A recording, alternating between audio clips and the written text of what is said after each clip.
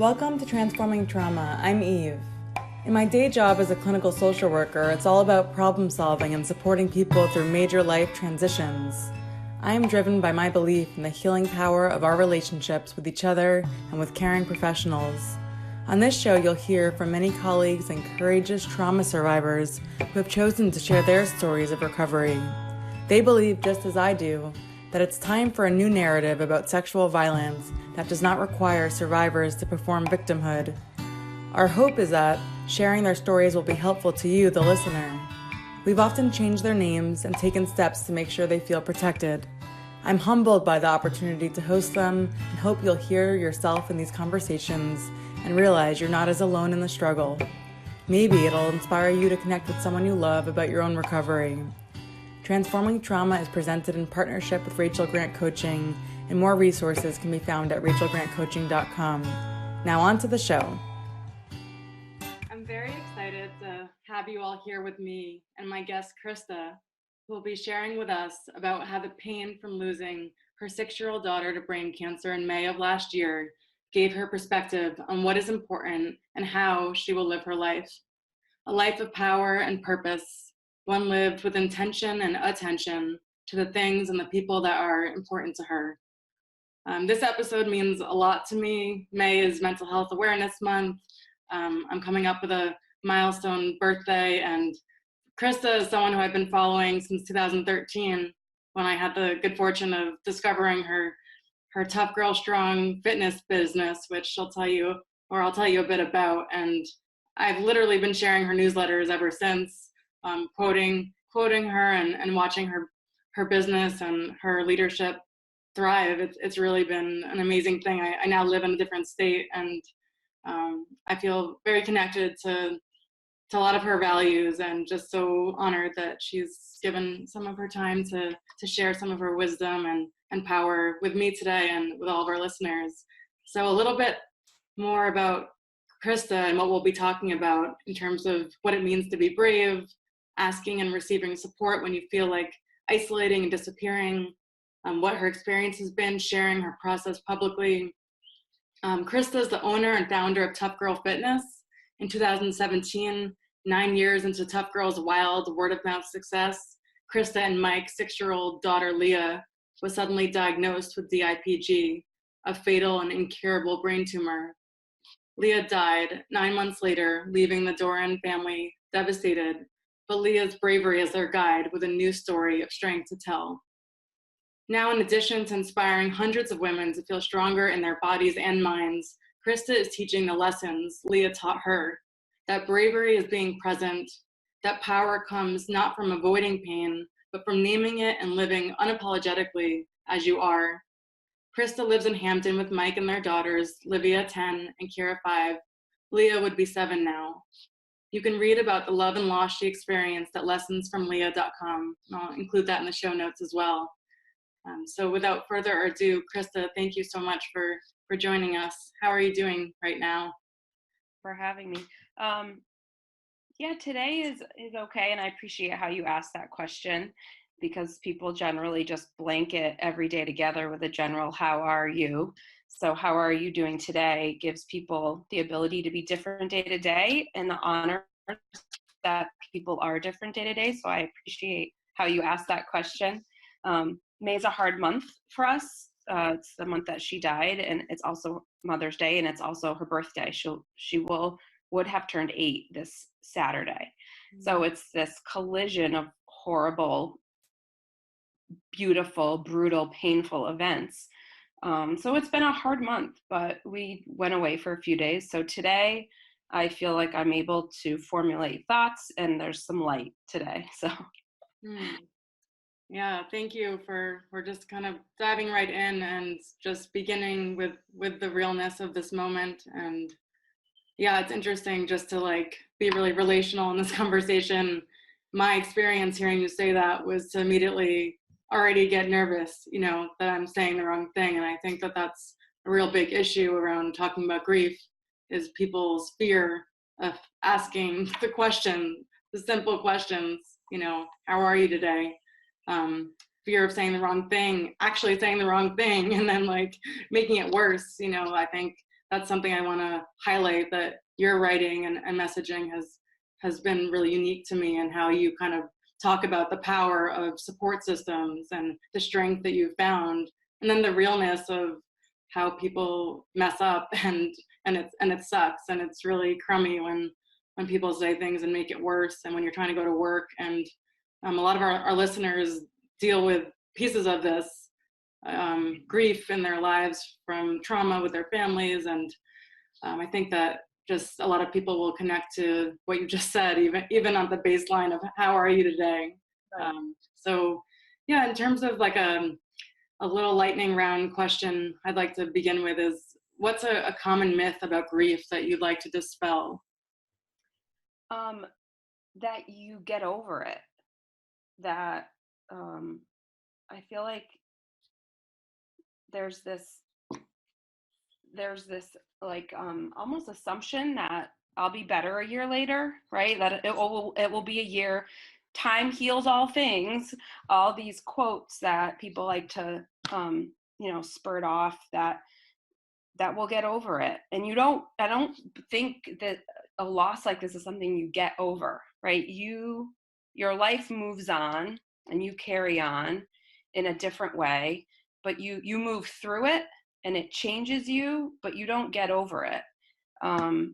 It's not like I lost my cat, it was my child. And so I think the assumption that people think that I'm going to be better, and I thought I was going to be better too, to be honest with you. And so it's a little discouraging to a year later still have the intensity of the pain still be as bad as it was a year ago. Even maybe worse, because there's that numb period after you lose somebody where you don't feel a whole lot. You're sort of in shock, which is, I think, the body's way of coping with something of that magnitude. So yeah, I think that the assumption that grief, that you get over it, and it's not a problem to be fixed. You can't fix it. You can't make it better. It's not a problem, so you can't fix it. It is a process that evolves and changes and shifts, and you evolve and change and shift with it. Yeah, absolutely. And I'm thinking of, as we have this conversation, sort of like the experiences we have in our lives and how obviously they shape who we are. That goes without saying. But when someone has been through trauma in their childhood, or we're living in the times of Me Too and Time's Up, that all of us experience loss, and what you're describing, these experiences that will never be the same again. And to your point, our experiences are not all the same, Right. but the like compounding of, I'm not going to put words in your mouth, but for me, the compounding experiences of trauma, they really shape how we respond to it and how we grieve and process. So a lot of our listeners might not have access to therapy, might not have family or spiritual practice, or, a lot of things that seem like they've been of support to you. So I'm curious, kind of building on that, what's like a source of inspiration for you today? Let's start with kind of right now, what's giving you strength today? Well, definitely my family, my two kids, my two daughters that are still here, live in Kira. They bring so much joy to my life. And so they are definitely a source of inspiration to me, my husband, and I have a great support system with my friends, and also my work. My work is such a big part of your life that I couldn't imagine going back to a job that I didn't love, that didn't give me purpose, and that I wasn't passionate about. So I'm very grateful to have this beautiful triad of not only a great support system with people, I have a very strong faith, and I have this great job that I love that gives me such great purpose. So those things are definitely inspiring me. But if I'm being honest, there's days when none of that matters. Like there's days when it definitely gets me through, but there's days when the darkness just is so encompassing that none of that matters. And, I was telling somebody that I understood suicide for the first time after Leah died, because there was several weeks where I didn't want to be here anymore. And I wouldn't say I was suicidal. This is not a cry for help. But I could understand why people would want that pain to end. Like if they didn't see an end, or there was never any reprieve from that level of despair, why they wouldn't want to be here anymore. And there are still those days where everything's dark and nothing inspires me. I'm just uninspired. But I also know on those days that I can sit in that space and get to the next day and try again the next day, that I can survive that sometimes what feels like smothering pain and show up to try again the next day. That's so powerful. Thank you for saying all of that. I unfortunately have known a couple people who have died by suicide in the past couple of years, and I'm, as my own birthday approaches, kind of thinking about, wow, like just a couple of years ago, I went through this world not knowing people who had done that, and I think it's very common to have those thoughts, and I work really hard in my job and in my life to normalize those thoughts. I think there's tremendous stigma, like, you know, even what if people are asking for help or crying for help, you know, we all communicate that in different ways, and I really want to like that not to be something that on top of our pain, that we have shame about our pain, you know. Right. Like asking for help is strong, and I know that you believe that and want people to be real about how they're hurting. I think I'd love for you to share a little bit about like why you decided to write your blog. I mean, a lot of people I know and survivors, given the publicity and the news especially, feel really emboldened to share their stories. And if you can, I have so many questions bubbling up in response to what you just said, so I don't mean to kind of jump ahead, but Jump around. what's been kind of like the benefits and also the cost of being so public with your story? Because it's something I try to caution people about, to like slow down, because I have had my own trials and tribulations with being out there, and like kind of the vulnerability, and then how our process shifts over time, and how you can always share more, but you can't kind of share less in the public sphere. Right. And I think that there's this line between being vulnerable and oversharing, right? Like, I started the blog, to be honest, because of my role in the work I do. I have access to hundreds of people a day that really love and care about me. And so I would see sometimes 200 people in the course of 5 hours, and they would all want to know how I was, how Leah was, what was going on, what was the prognosis. And I didn't want to answer any of those questions in the space of Tough Girl, because I couldn't do my job effectively as their coach, because I was being pulled out of my role as the empowering leader and pulled into this dark place. So I set a boundary with them, and I asked, I said, you can say hello, you can say you can say it's nice to see you, I love you, give me a hug, but you cannot ask how I am, and you cannot ask how Leah is. If you want to know how we're doing, read my blog, which I updated very regularly. And this was my way of very honestly communicating what was happening with our family, how she was doing, and what we needed, because so many people wanted to help. Well, what happened was, after I published the first few, people were so grateful for the information I was sharing and the way I was sharing it, that they, even though their situation wasn't similar, they just, you know, Me Too is powerful. And so if you're sharing your pain and somebody else is in pain and you're normalizing it, they are grateful for that.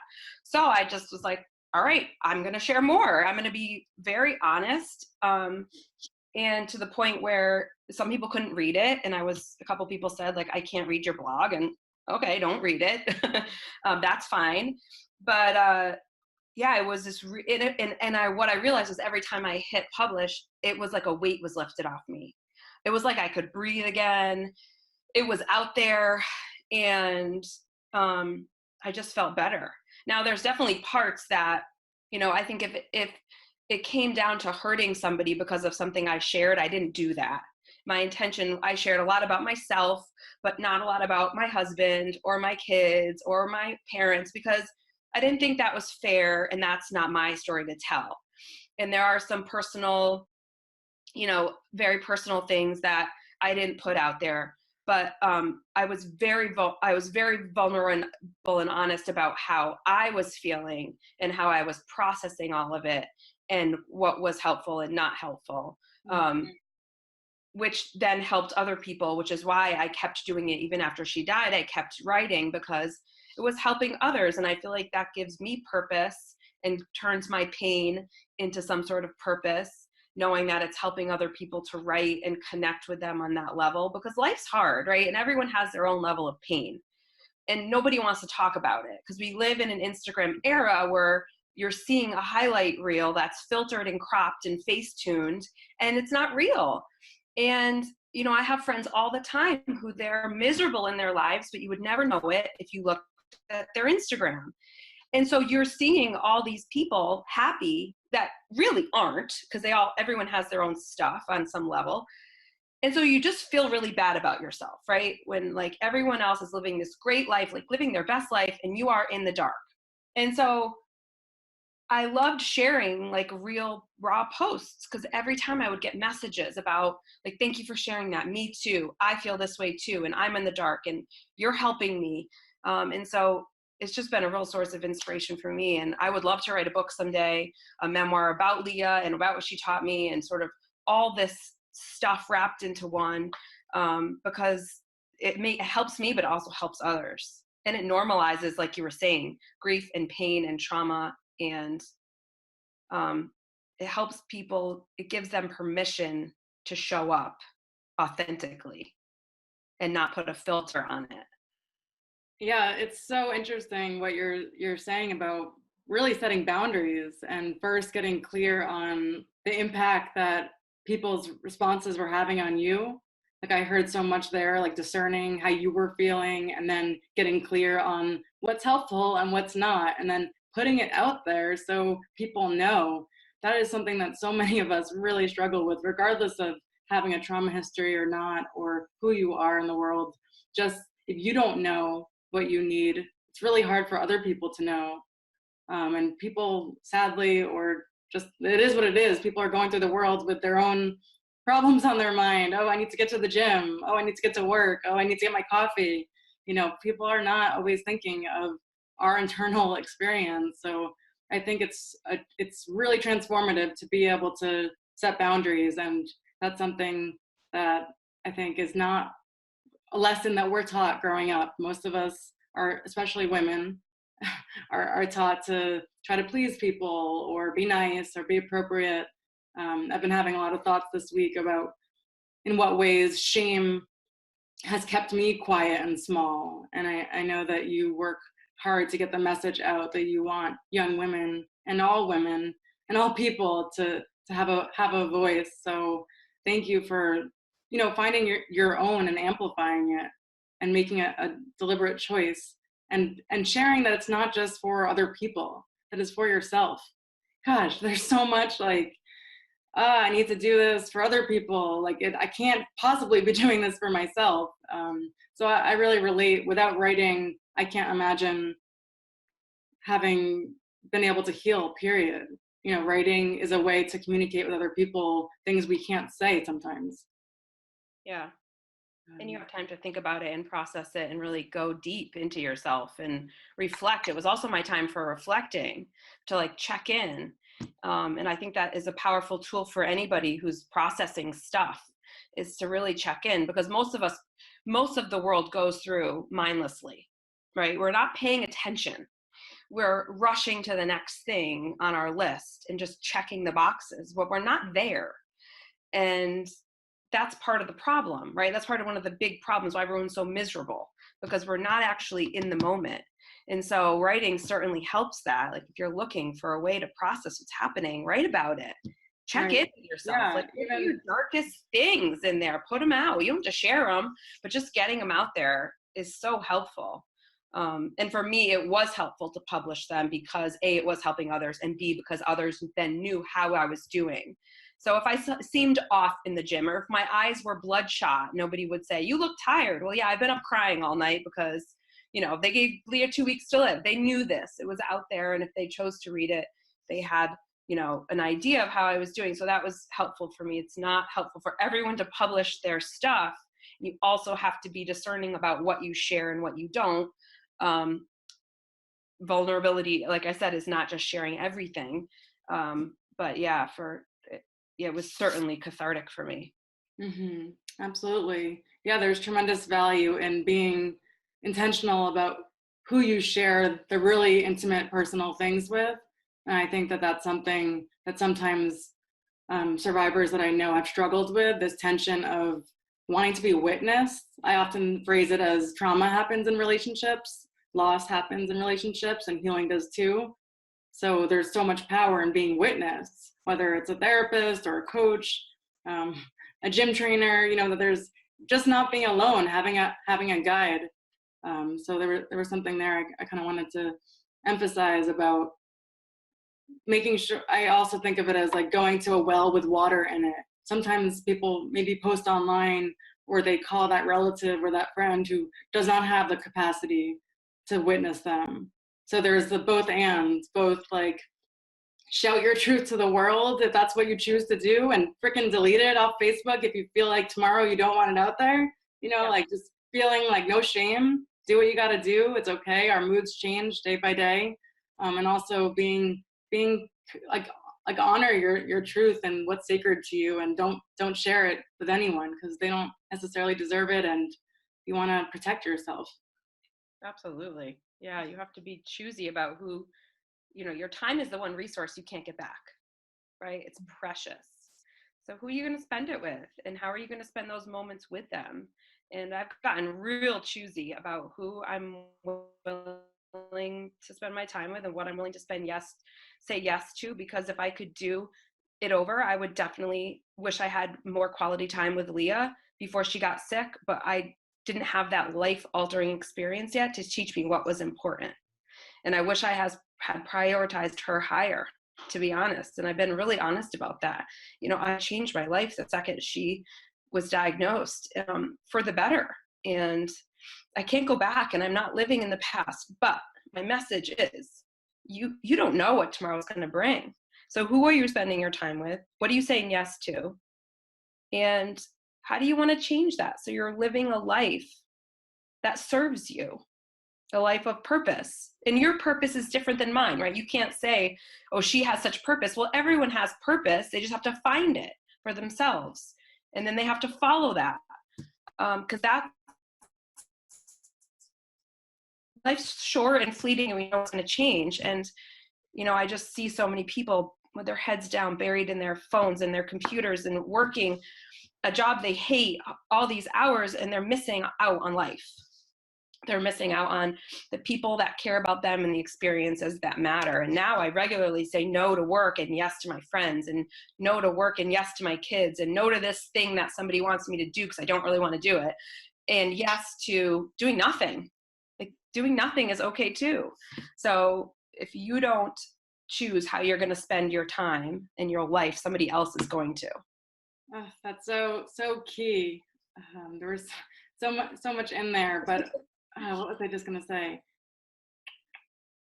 I don't know, but I'll come back to it. But you mentioned like social media and comparing ourselves, and so much of what you're saying, it boils down to being present.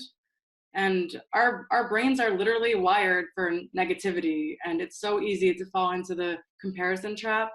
So I think the idea of, I think in my coaching program, Beyond Surviving, we talk about the highlights reel, and it's sort of similar to like a gratitude practice, but really paying attention to what is going well in your life. And like you said, time is an invaluable resource.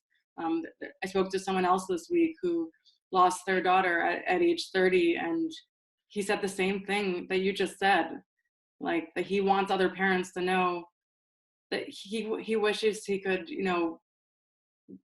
do things differently, and that you can't know what you know now. So I think that that's a tough thing when it comes to families and situations where people have those loved ones who are alive and they want them to wake up to that same wisdom that you have.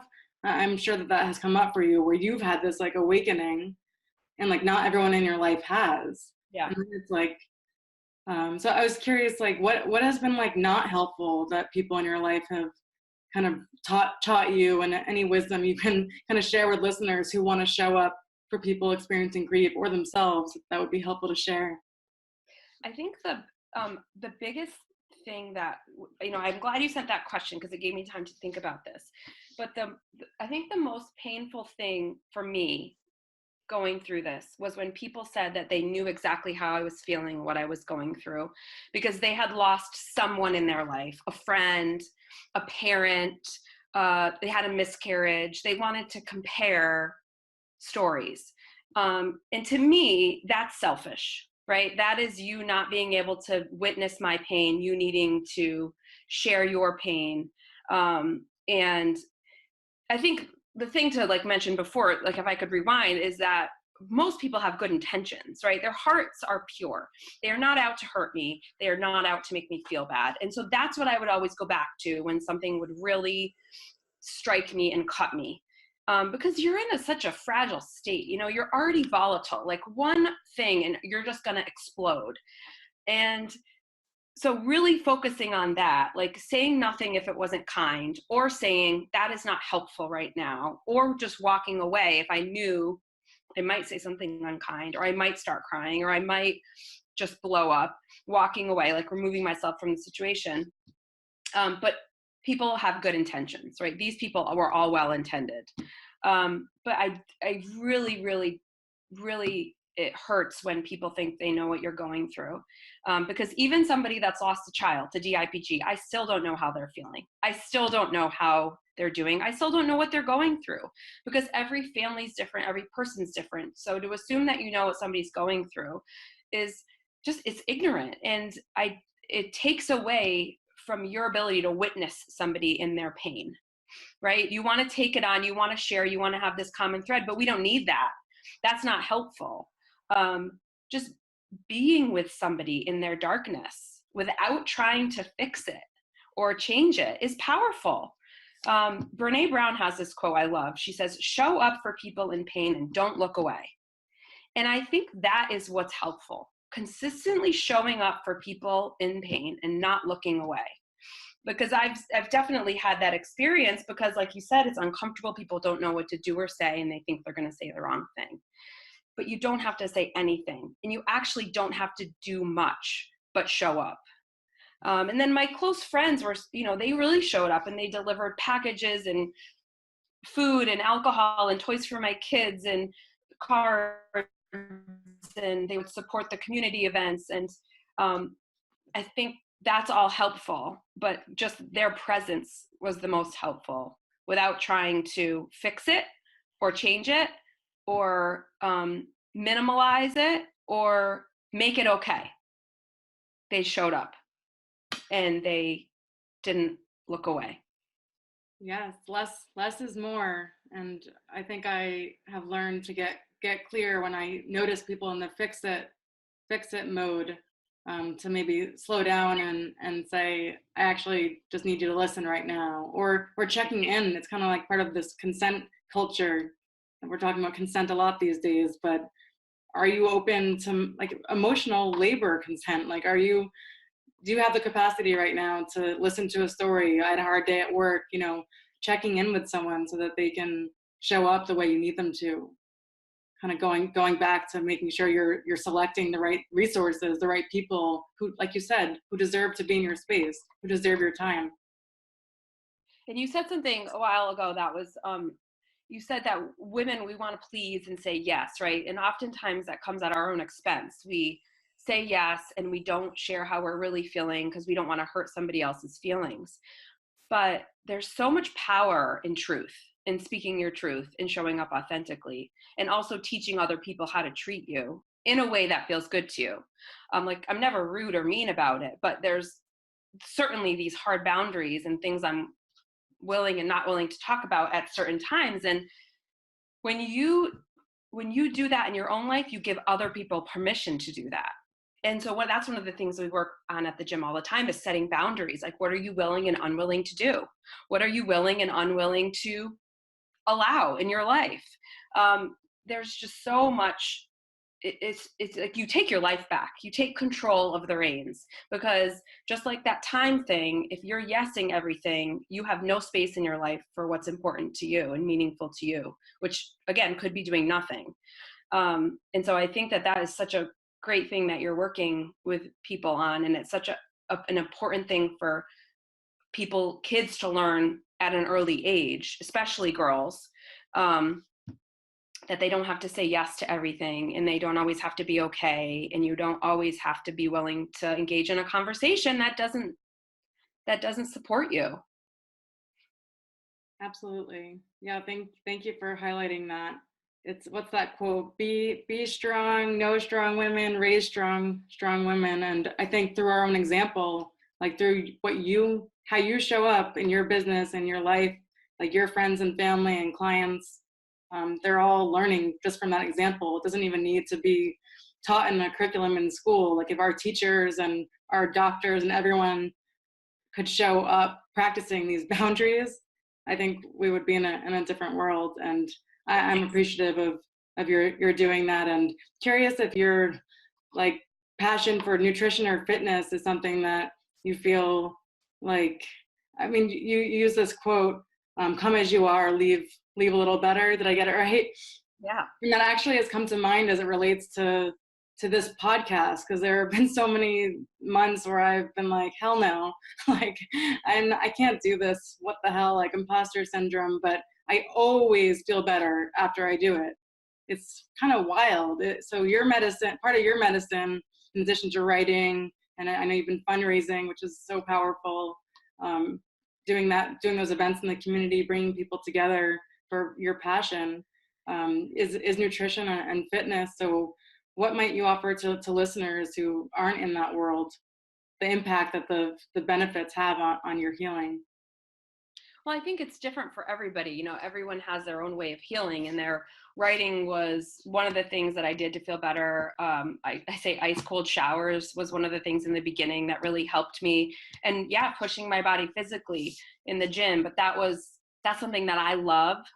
So I don't like to push it on everybody. I mean, there's the benefits of exercise, or I could go on for hours about that. Let's not get into that. But there's definitely a science of how exercise does improve your mood and your endorphins and your, the happy chemicals in your brain and all that. But all that aside, what it did for me was it allowed me to forget about what was going on in my life for 1 hour, because I was working so hard that I couldn't think about anything but just getting through the hour. Or it was also a reminder of my strength and my capability and my power, because there's days when you just feel like you don't have any of that. And it was just a small reminder of, even on your weakest days, you can show up. Even on your worst days, you can show up. What else can you do? So I actually haven't said no to like any podcasts or any interviews. And they're like, if it's not a good day, I'm like, then it's not a good day. And I'm going to share that. So there's this beauty in just saying, here's how I am today, and I'm going to show up, and I'm going to love myself regardless. Because for a while I struggled with, like, I don't like this girl anymore. Who is she? Like, I didn't recognize myself. The woman I was after Leah died was so different than before she got sick. She has different priorities. She has a different lens on life.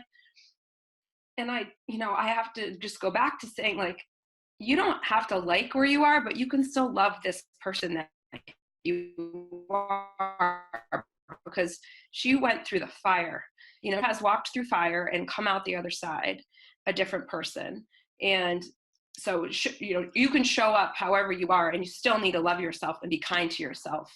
And just giving myself permission to be wherever I am was also powerful when I was going to the gym, to say, yeah, you sucked today, but you know what? You still showed up, and you can still be proud for showing up, and it was better than nothing. And in the end, I always felt better when I left. But just really giving myself permission to just show up on any day in any way. And a lot of people will only go to the gym on the days they feel good, right? Well, that's such a small percentage of the time. Yeah, so go all the time. Show up in any way. That's why we say, come as you are. As you are means worst day, best day, all the days in between, you're showing up. And it's an analogy for life, right? We use the gym to help people live powerfully in their lives. and life happens every day. You have to show up to life every day. So if you're only showing up on your good days, then you're not doing a whole lot. You can still be powerful and impactful even on your bad days. Yeah, a lot of times, or several times, you've kind of voiced this kind of take things one day at a time and how things change moment to moment. And I just hear so much self-compassion and like what some people call self-talk, affirmations, whatever. And I'm just kind of really, really moved because that is so hard to internalize, and it takes practice, just like lifting weights. So I mean, our brains can change, and that's the good news. But it takes work, and again, I think we learn best just by osmosis, just by being around people who lift us up, and that's where like making sure you kind of end those relationships that are not lifting you up, people who are making you feel small, workplaces. I know there are tons of factors that make us silent and feel small, but I love the message of just surrounding yourself with resources. And you've also talked about practices little micro changes that you've made in your life and how that's come out of your healing process, which I wanted to make space for if you have any kind of small changes that you've made in terms of making time for reading or cooking or things to do just on your own. Because while relationships are healing, so is our relationship with ourselves, which we often don't make time for when we're scrolling through social media in the bathroom or like online for whatever. Like, we don't make time for ourselves. The relationship you have with yourself is the most important relationship, because it's the foundation for every relationship you'll have thereafter. Like, if you don't love yourself, how is anybody else going to show you love if you don't show yourself love? So for me, I thought it was selfish for years as a mother to put myself first, but now I know it is the only way I can love my girls the best is if I'm the best. And the only way I'm the best version of myself is if I'm putting myself first.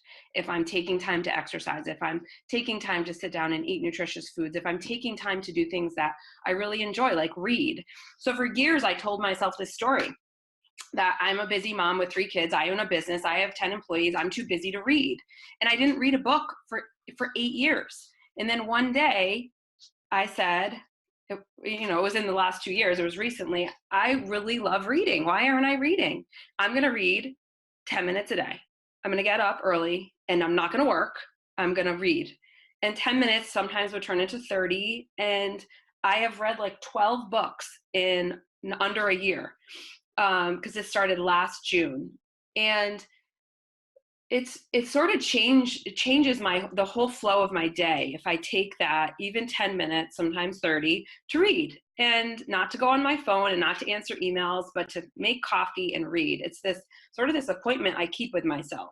And there are a bunch of other things that I also do, which is sometimes I keep my babysitter so I can take a shower. Sometimes I sit on my bed and watch a show while my kids are with my sitter. I think there's this guilt in that. A lot of, especially women, have guilt in this, but it's been so transformative in my own life of taking this space for myself that I can now, when I need to perform, when I need to do the things I need to do, I just have more to pull from, right? Like, I can't create a bigger cup. I just have to make sure it's full so I can then give to the people I need to, but also like give to myself and go through this life in a way that is serving me well. And the haggard, exhausted mom who had no time for herself was not serving me well. And I'm the only one that can change that. Nobody's going to change that for me. No one's going to make those changes for me. I have to do it myself. So, newsflash, if you're telling yourself this sad story and making these excuses, it's your fault. But the good news is that because it's your fault, you can also change it. You can also make the changes that will serve you and help you to become more of the person that you want to be and live life like feeling good, feeling better about yourself. And whether that's through exercise or time with your friends or an hour of reading, like, you deserve to feel good. Absolutely. It all kind of comes back to attention and intention, and I'm losing my attention as I'm listening to you, but just what your values are, and spending your time really living them. It's so funny that you said intention and intention, because that I wrote those two words down as like things that I've learned, was living with intention and living paying attention. Yeah, I think I remember you wrote once about literally putting yourself in your calendar, and I'm just thinking, why is it so hard to give to ourselves and so easy, and it feels quote unquote natural to give to others? Like, especially again with women, we're just martyrs. So many of us go into helping professions, or I'm working now with people taking care of their elderly parents, and it's often the daughters. And just like, I really love that piece about putting your self-care routines, because some of us just don't think about it. It's something simple like go have a cup of water, hydrate, go to the bathroom. I've heard people say that they don't realize that they have to go to the bathroom because we're so disconnected from our bodies. So I think it's so critical to develop those routines where you're putting yourself first and realizing the power of those small changes. 10 minutes of reading, one episode of a show that makes you laugh, like that changes your entire state of mind and allows our capacity to grow.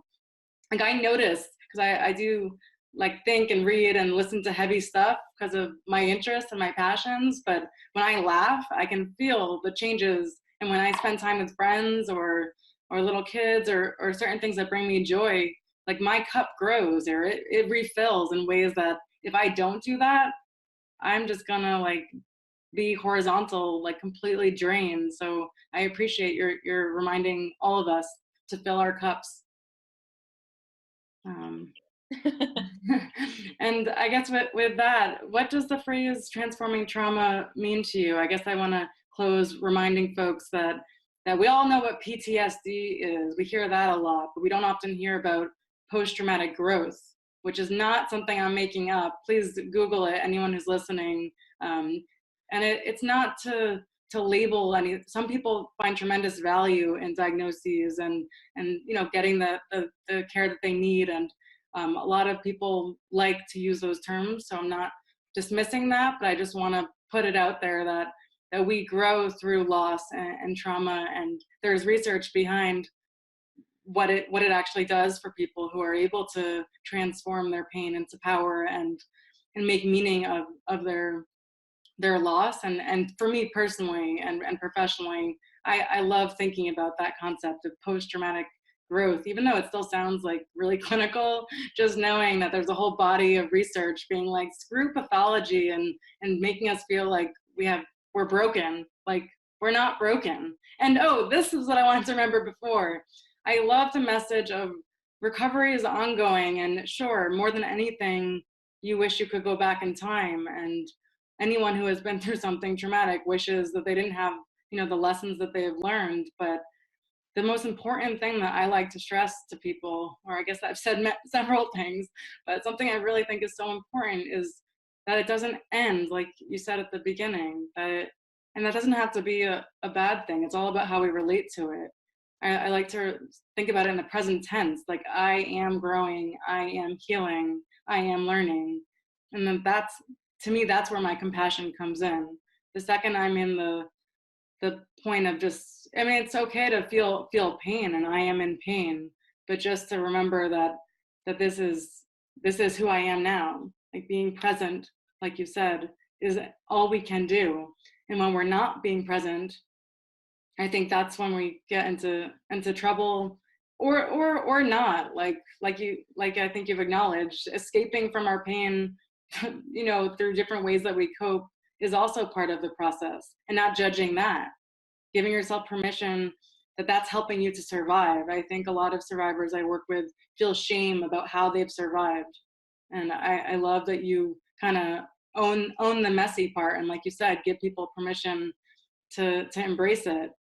It's all part of the human experience, and that is why you have the following that you have.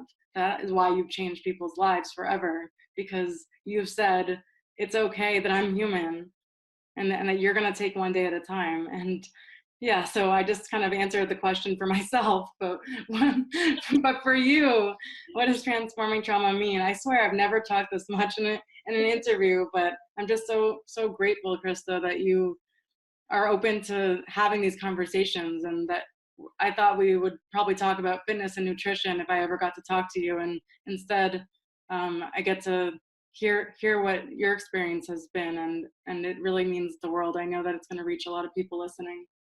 Well, good. Well, thank you. Well, you're a great interview, so that makes it easy. But I think after when Leo was sick, I was really worried that I was talking to Mike one night. I was like, I'm worried I'm going to turn bad. Like, this experience is going to turn me, and I am going to spiral down and not be able to come back. But we have a choice, right? What I've learned is that we have a choice. There's some things that we do not have choices over. Leah's death, I did not have a choice. Like, she was going to die, and I couldn't control that, which is so scary as a parent, to have this thing that you know is going to happen and you have nothing, you have no say. Like, there's nothing you can do to stop it. But then there were all these choices after her death of how I live my life every day after, and how I choose to show up, and how I choose to spend my time. And one of the things that I decided was that her life and her lessons were not going to be wasted. Like, I wanted to make her proud, right? She did not die in vain.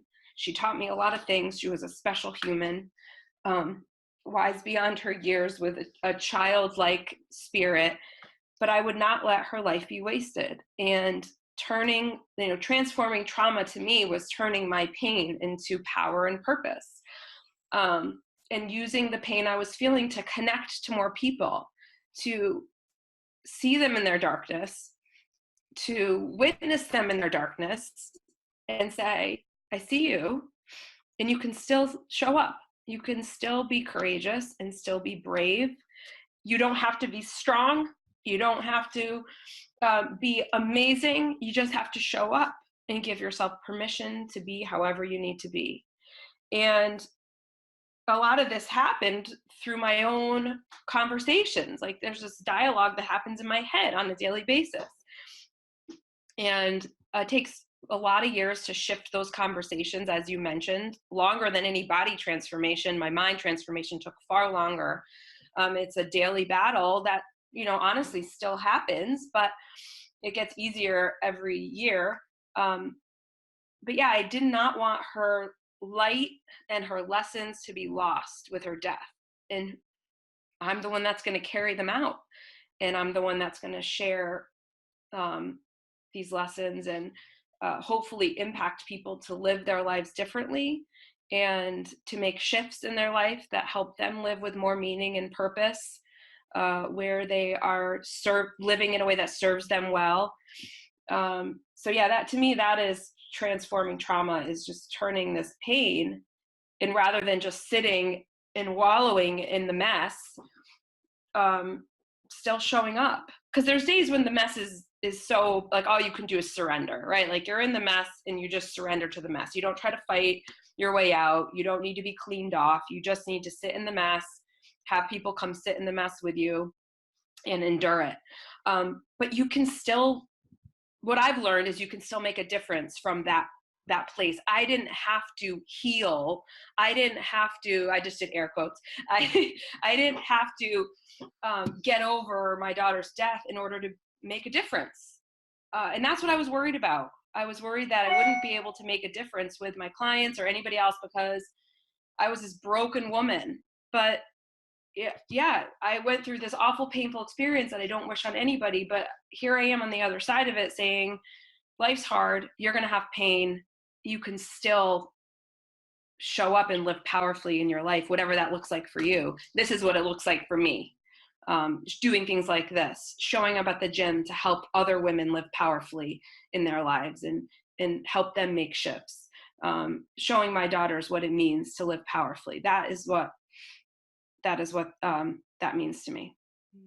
Thank you, Krista. You're welcome.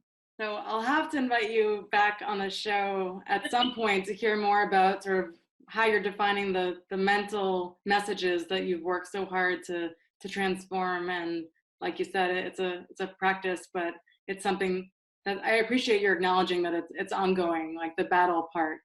I think it's so easy, even to like with Instagram and Facebook and Twitter, to think, oh, this spiritual teacher or Brene Brown, this celebrity social worker, right? Like they've got it figured out.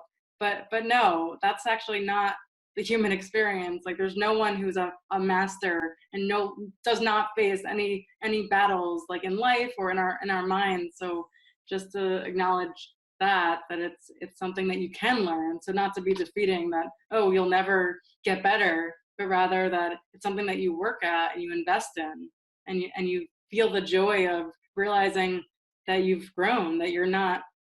I think sometimes people stumble upon the same blocks that they feel like, oh, I've been here before, I haven't changed, I haven't grown. But I always say that there's like distance between the spirals, and you're not where you were. Sometimes these beliefs about ourselves are stickier than others, but I'm sure you're not the person you were yesterday. Yeah.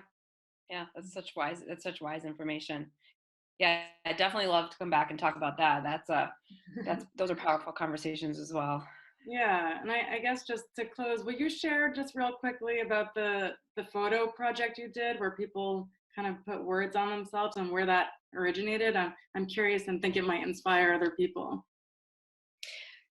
Yeah, so I had this idea just to have women photographed. I think so many fitness photographs, the women are photographed, they're spray tanned, their hair's done, they're in like certain clothes. And I just wondered what it would look like if women showed up however they wanted to show up, and wore whatever they wanted to, that made them feel good, whether that's no clothing or a lot of clothing, whether that's makeup or no makeup, and stood in ways that made them feel powerful. And so I reached out to my friend Rachel, and she said, how do you feel about writing words on your body? I'm like, yeah, let's do it. Like, I'm game, I'll try anything.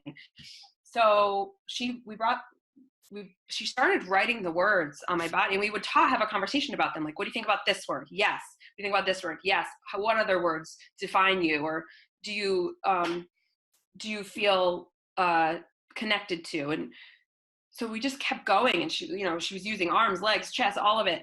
And I've done some really cool things in my life, and I didn't think this was going to affect me. And I was sobbing, like, as she wrote brave and vulnerable and loved. It's powerful when you put it on your body, and you write loved across your stretch marks, and you write F perfection on your cellulite, and you just say, like, here I am, and I'm not being airbrushed, and I'm not sitting in a way that makes me look the most thin, and you're going to see the roll hang over my shorts. There's something really powerful about that, especially for me, who lived with body dysmorphia, and I had anorexia for years, and I hated myself, and I was constantly consumed with trying to change my physical appearance. There was just something really beautiful and powerful at 39 years old, that I can stand in black clothes that made me feel powerful, in a way that made me feel powerful, and be captured in that way. And so we rolled it out to the community, and 10 women did it. And it was this amazing experience where they screamed and they rubbed ash on their body, and it was just awesome. And I got to speak with them, and a lot of them have gone through trauma and healing and pain, and they just use this as a way to sort of like, almost like a rebirth. I sort of view it as like part of the rebirth. And I would definitely shout out to my friend Rachel Liu Photography, who like does an amazing job. And it's such a great experience for all women to participate in, even if you're scared, really scared, and have all this fear around it. It's just such a powerful experience. Thank you for sharing. And cliffhanger for part 2, because there's so much there to explore, and the power of photos, and kind of reclaiming our bodies, and being a part of a project like that, where you didn't even know, you just kind of said yes to it, and look at what it did. It opened up relationships and storytelling, and just like, I could see the power in your face as you told the story, and I could imagine what that was like. I was gonna say that people, like, when I hear mothers or women like criticizing their bodies, it's just like so hard when you know that the little kids around them are are learning from them. And I'm sure that I've seen, you give monologues on your posts about that. So people check out Krista's page if you ever want to get fired up about the messages that we're sending all kids, boys and people of all genders. It's so important. And I'm going to let Krista go. But thank you so much. If you have anything else to plug, I know that Rachel's work, you can read more at lessonsfromleah.com, Tough Girl Fitness Connecticut, CT.com. I'll put it in the show notes, and you can contact Krista at toughgirlfitnessct.com. Thank you so much for being a guest. This has been such a gift to me today, and thanks for tuning in. Don't forget, you can visit rachelgrantcoaching.com to learn more about sexual abuse recovery coaching and explore resources on the site, and be sure to subscribe to this podcast. We have much more to share. Thanks all.